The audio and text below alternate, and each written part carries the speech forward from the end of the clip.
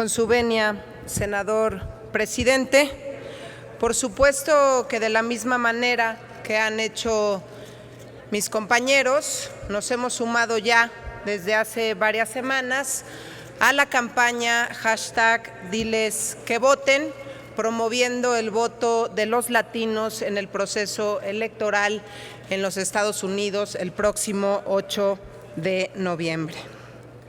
Señora Secretaria de Relaciones Exteriores, le damos la bienvenida al Senado de la República en el marco de este ejercicio de rendición de cuentas en extremo necesario ante la crítica imagen y los retos que enfrenta nuestro país con el exterior. La política exterior del Estado mexicano, hoy más que nunca, impacta la política interna, la economía y la vida de los ciudadanos dentro y fuera de nuestras fronteras. Si no veamos los factores que hoy alteran las expectativas de crecimiento, el aumento del riesgo país y la devaluación del peso.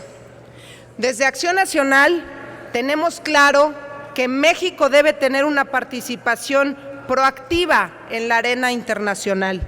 El gobierno debe honrar la invaluable herencia diplomática que fue decisiva para alcanzar acuerdos internacionales a favor de la paz, la estabilidad y la democracia en muchos rincones del mundo, en especial en América Latina.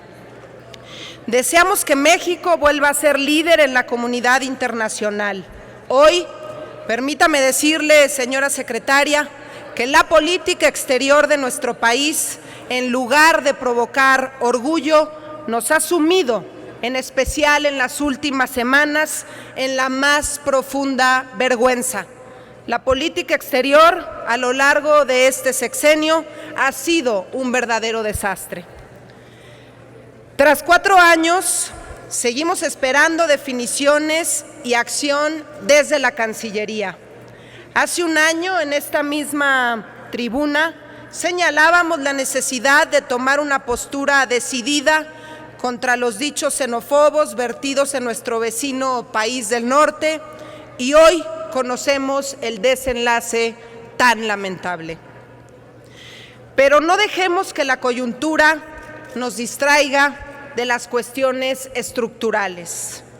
Como no había ocurrido en las últimas décadas, la relación con los Estados Unidos se ha deteriorado a un nivel alarmante. Al principio del sexenio se apostó por el enfriamiento en la relación bilateral para emprender un acercamiento supuestamente vanguardista con China. El proyecto estrella de ese acercamiento era el tren de alta velocidad México-Querétaro, y el daño a la imagen de México ante el mundo frente a los señalamientos por la corrupción vinculada al mismo fue enorme, y la relación con China terminó empantanada. Cuando después de años el gobierno volvió la mirada hacia los Estados Unidos, lo hizo con un profundo desdén, al grado de cometer la descortesía de demorar casi 6 meses el nombramiento del embajador en la sede diplomática más relevante en el exterior. Lo hicieron con un perfil inadecuado que tuvo que ser removido semanas después. Esto es grave, no solo por el país del que se trata, sino porque ahí habitan más de 11 millones de connacionales, porque compartimos una frontera de más de 3,000 kilómetros y porque a diario intercambiamos comercialmente 1,500 millones de dólares. De ese tamaño ha sido la ceguera. Por eso ha generado una profunda indignación en ambos lados de la frontera, que en un momento tan delicado como lo es el proceso electoral en aquella nación, en un momento donde se ha denostado a los mexicanos y a los latinos, la Presidencia de la República, haciendo gala de imprudencia y desconocimiento, cometiera la pifia de invitar a Donald Trump y recibirlo como jefe de Estado. Este hecho confirma que el gobierno mexicano viven una realidad ajena a la de los ciudadanos, desvinculada de las opiniones a nivel mundial y demuestra que el peor enemigo de México puede no estar fuera de nuestras fronteras. Ante ello nos preguntamos, ¿en dónde están los que deberían velar por nuestra política exterior? Trump insultó al pueblo mexicano en junio de 2015 y usted respondió con tibieza hasta febrero de este año, 8 meses después del inicio de las agresiones. ¿En qué país es eficiente una cancillería que tarda más de 240 días en responder una ofensa grave? Como ejemplo, recordemos que en el marco de la cumbre del G20, el presidente de Filipinas ofendió al presidente de Estados Unidos. ¿Y cuál fue la respuesta? Se canceló de inmediato la reunión que mantendrían ambos mandatarios días después, únicamente por sentido común y por dignidad. ¿Será acaso que el presidente de la República no escucha a su secretaria de Relaciones Exteriores y encima de eso sigue pensando que fue una gran idea? Secretaria, puede estar segura de una cosa: la visita de Donald Trump a México pasará a la historia como uno de los momentos más humillantes de la política exterior de nuestro país. Y yo me pregunto, ¿qué pasará si gana? ¿Cuál va a ser la estrategia del gobierno mexicano? ¿Cómo va a defender a los millones de mexicanos que están hoy en Estados Unidos? Si eso ha hecho el gobierno ante un caso en el que ha tenido los ojos del mundo encima, ¿qué podemos esperar, por ejemplo, de la atención a los mexicanos que enfrentan la pena de muerte o juicios que los pueden llevar a ella? Hoy sabemos que son 153 connacionales que están sujetos a procesos y son 60 los que ya han sido sentenciados. De los casos de asistencia jurídica, solamente el 17% de los casos fueron resueltos de manera favorable.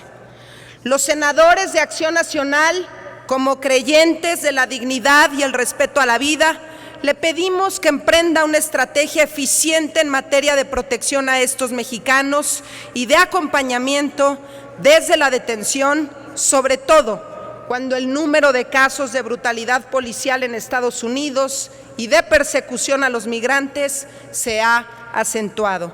No queremos seguir viendo consulados que actúan solo unos días antes de las ejecuciones. Esto es inaceptable. Los nombramientos diplomáticos han sido un rubro de debilidad. Queremos que nuestro país sea representado por funcionarios con experiencia y con valores, que no se utilicen esos cargos de enorme relevancia como refugio para personajes impresentables de la política mexicana, como es el caso del señor Fidel Herrera, y mucho menos que nuestro cuerpo diplomático termine a las órdenes de intereses personales, como ocurrió con Humberto Moreira en España. Además, hoy hay embajadas en países clave que no tienen titulares. Es el caso de la Santa Sede, la Federación Rusa y el Reino Unido de la Gran Bretaña e Irlanda del Norte. Este último tiene una gran importancia debido a la coyuntura del Brexit y las consecuencias que ello puede tener en la relación comercial bilateral con México. Pero aquí parece que no pasa nada. Tenemos que decirlo claramente, el tema de la transparencia en las representaciones mexicanas sigue siendo un pendiente. Podemos constatar que la mayoría de las páginas de internet de las embajadas mexicanas en el exterior cuentan con actualizaciones de hace 3 meses, en el mejor de los casos. Algunas de ellas datan incluso del año 2012. En lo que va de esta administración, solamente 3 embajadores, Argentina, Colombia y Cuba, han remitido a la Comisión de Relaciones Exteriores, América Latina y el Caribe información sobre el estado que guarda la relación bilateral con los países donde se encuentran adscritos. En materia de asuntos multilaterales, nos congratulamos de que México se abra al escrutinio de organismos internacionales, pues permite que se perciba a nuestro país como un Estado responsable. Lo que es bochornoso es que el gobierno federal termine con profundas diferencias con muchos de esos organismos, como sucedió con el Comité contra la Tortura de las Naciones Unidas y con el Grupo Interdisciplinario de Expertos Independientes de la Comisión Interamericana de Derechos Humanos ante el caso Ayotzinapa. Lo ocurrido en la representación permanente ante la UNESCO por el voto a favor de México al proyecto de resolución titulado Palestina ocupada. Considero que este Senado de la República merece una explicación. En materia de derechos humanos, no están haciendo bien la tarea ni desde Avenida Juárez ni desde Los Pinos, a pesar de que el presidente brinde discursos elocuentes en el Pleno de la Asamblea General de la ONU. Basta con ver cómo se ha abandonado a los migrantes y a los repatriados, condenándolos a sufrir vejaciones y abusos. Venezuela es un ejemplo de cómo navega el gobierno entre la ambigüedad y el silencio cómplice de atropellos también fuera de nuestras fronteras.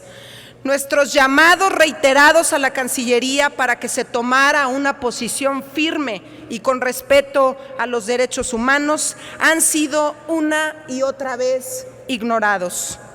Fue solo hasta que la Mesa de la Unidad Democrática alcanzó una mayoría en la Asamblea Nacional de Venezuela que la secretaria de Relaciones Exteriores accedió a recibir al activista Lilian Tintori, esposa de Leopoldo López, uno de los líderes políticos opositores presos por el régimen de Nicolás Maduro, y lo hizo casi 24 meses después de su detención.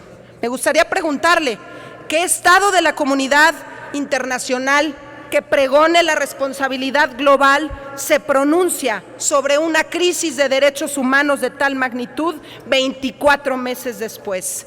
El Vaticano ya ha tomado un rol muy activo promoviendo el diálogo, mientras que México, este país hermano, solamente está mirando en el mejor de los casos. El colmo de la incongruencia lo testificamos hace unos días, el presidente rindiendo su cuarto informe de gobierno con los peores niveles de aprobación en la historia desde que se creó ese indicador, cuestionado por innumerables omisiones y porque el Mexican Moment se diluyó ante la incapacidad para implementar las reformas estructurales. Ante ello, ¿cómo es posible que acepte el presidente de México recibir el premio al estadista 2016 en los Estados Unidos? ¿Quién le aconseja?